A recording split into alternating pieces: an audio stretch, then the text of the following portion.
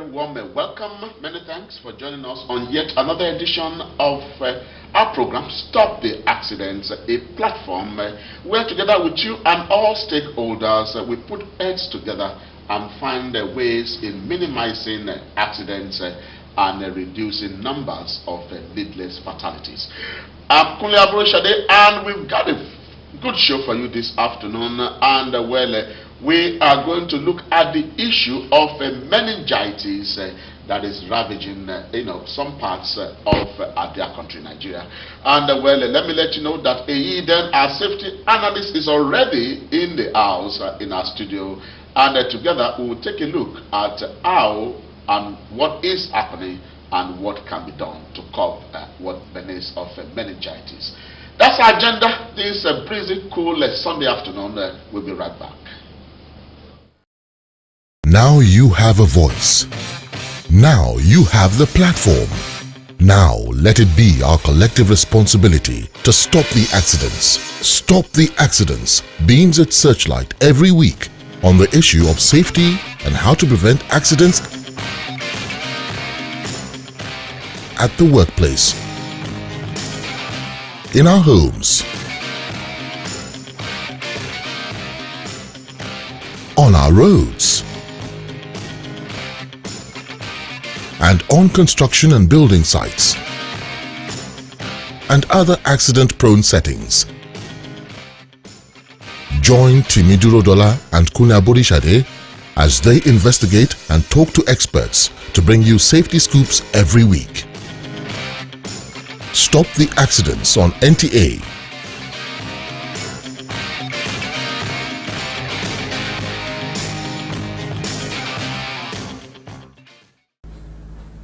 The road signs means a solid red and then black cars which are allowed to cross that side.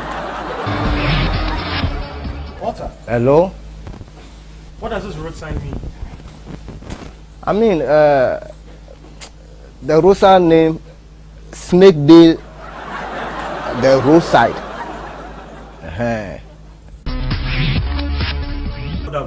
What does this road sign mean? This road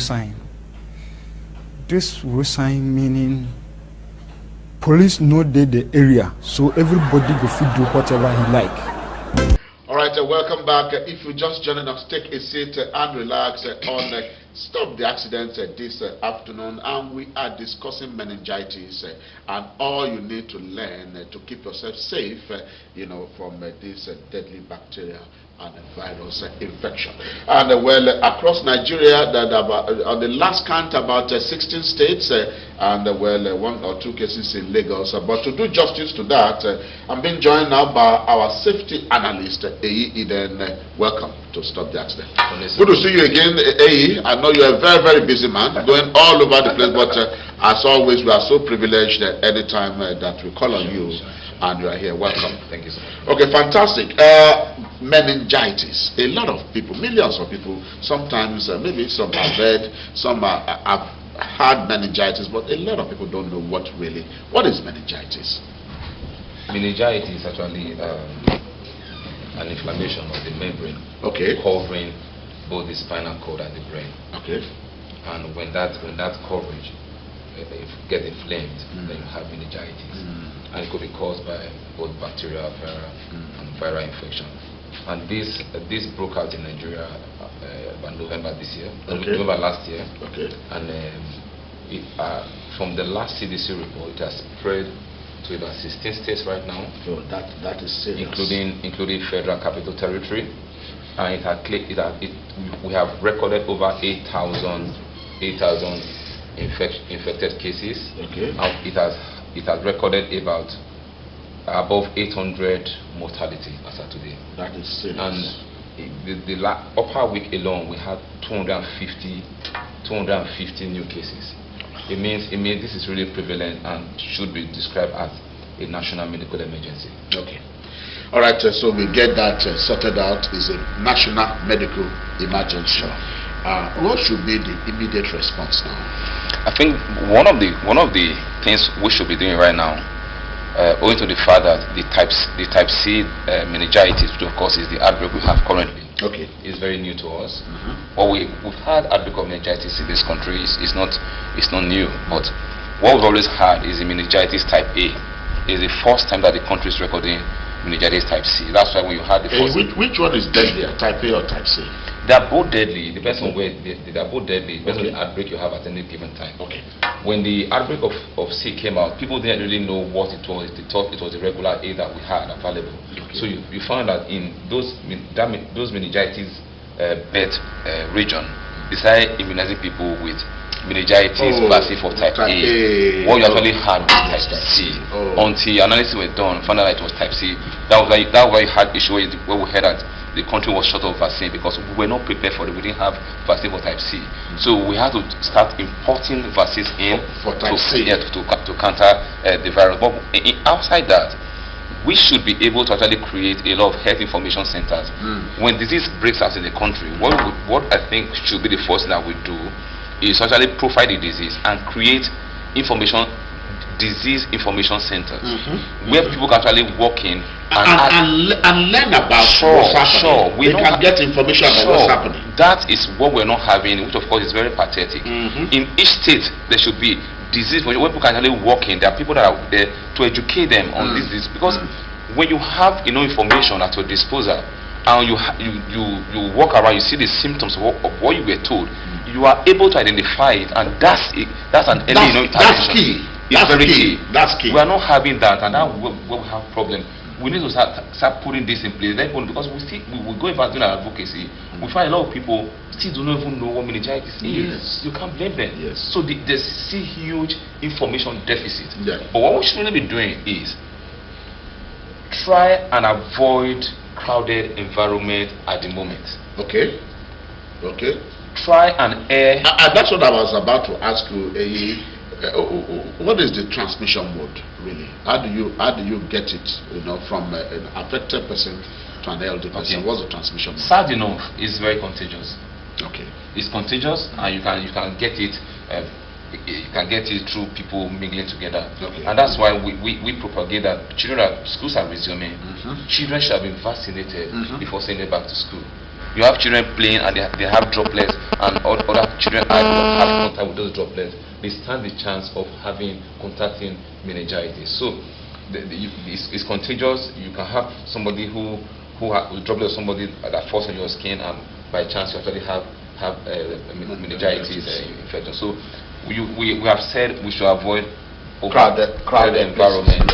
Learn to air your room, create more ventilation in your environment, in your rooms, in your home, so that people can actually have enough air, and avoid areas that are unsensitively too hot at the moment. So these are some very key issues. And above all, try and go and take the immunizations in any government health centers or hospitals. Okay, are those available? All right.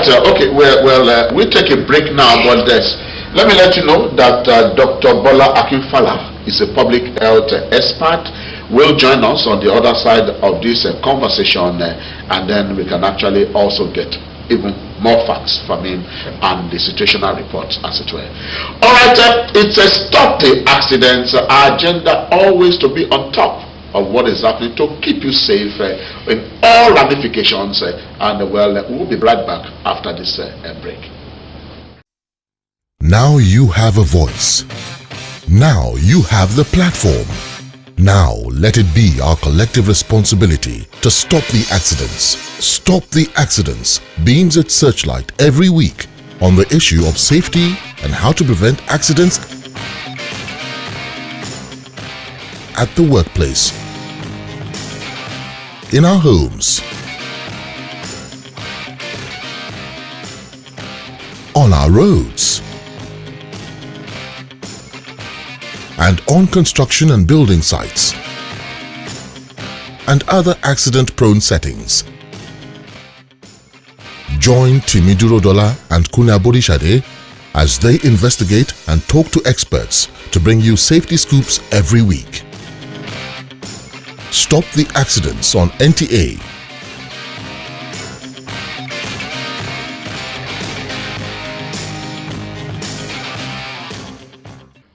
Well, if you just joined joining us. Take a seat and relax and listen to this key information that we're about to pass to you, and very, very essential information.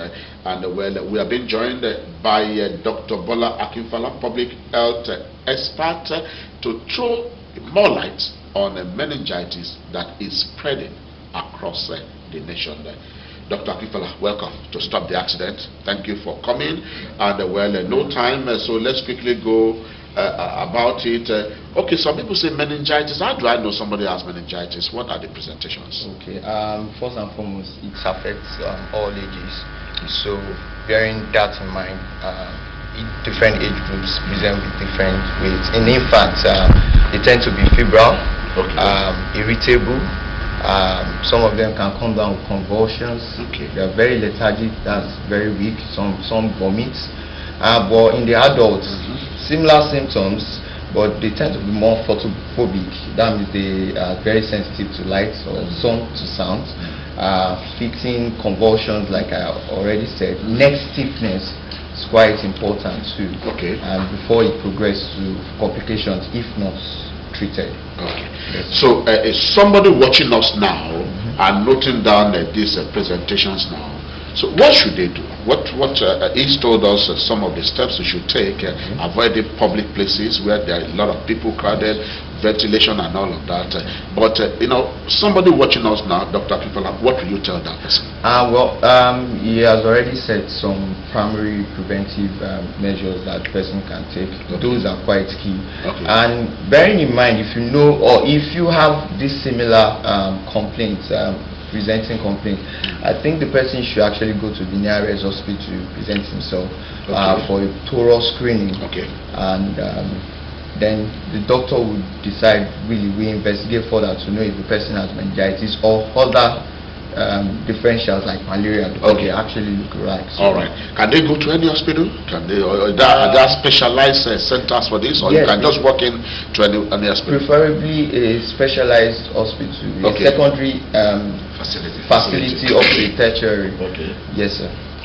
Yes, sorry, let me put it through like he was just about, you mentioned it. Let us understand that meningitis presents the same symptoms that you actually have fever, like you have malaria. So don't stay at home or water it down when you have excess fever.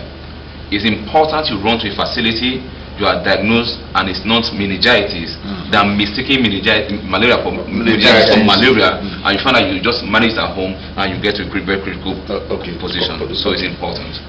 So on the issue of vaccinations now, what is the situation report now? Are the vaccines available?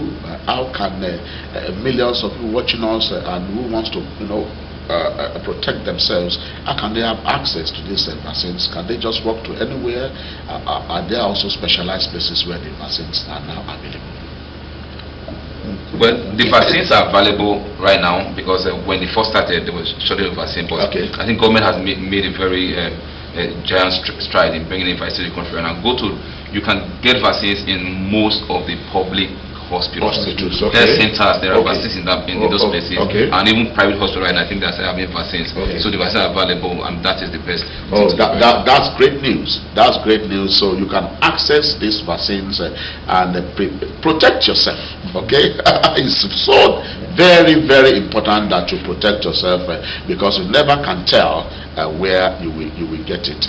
People will still go to church. People will still go to mosque. You can't stop them from going to church and all that. So he's saying avoid all those public places. Maybe you can avoid some, but there are some others that no matter what, people will still go there. So let me also throw this in. Knowing how diseases travel. People in areas that have no meningitis index yet should not just be lackadaisical and think they wouldn't have it.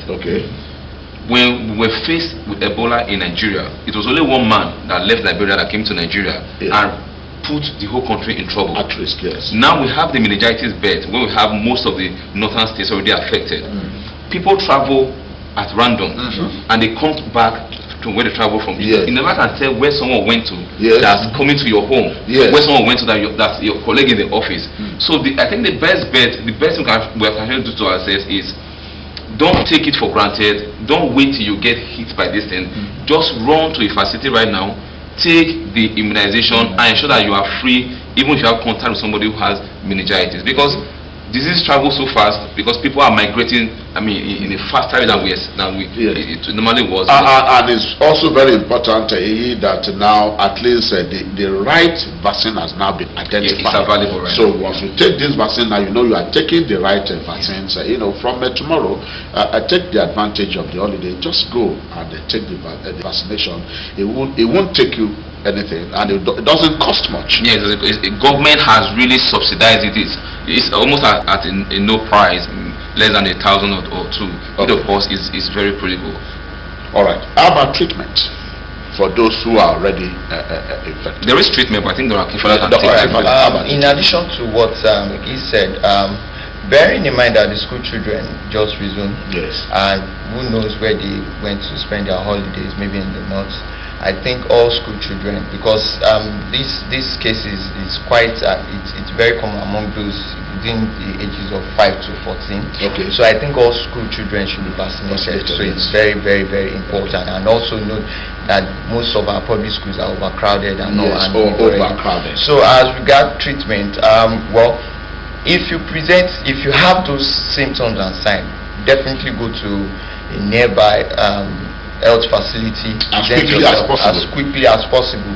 A doctor will be in hand to attend to you, will likely isolate you, inform the right authorities about it, but pending, and also carry out some basic investigation, but pending that time, very important, the commonest cause is bacteria, and that's the most dangerous. So the doctor definitely will give a parenteral antibiotic.